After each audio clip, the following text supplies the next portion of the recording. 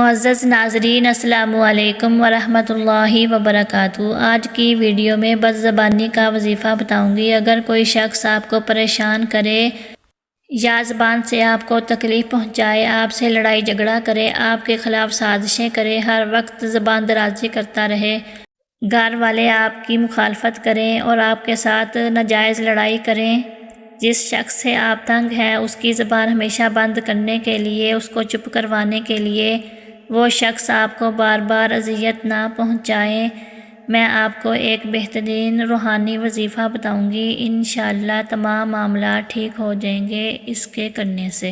اس کے لیے آپ یہ وظیفہ ضرور کریں اور یہ ویڈیو ضرور دیکھیں۔ آپ ایک گلاس پانی لیں، اول آخر درود شریف پڑھیں، اس میں 7 مرتبہ یا بدوہو پڑھ کر پھونک ماریں، پھر ایک گھونٹ پی لیں، پھر آدھا گھونٹ خود پی لیں اور آدھا گھونٹ واپس پانی میں ڈال دیں اور اس بد زبان والے شخص کو پلا دیں۔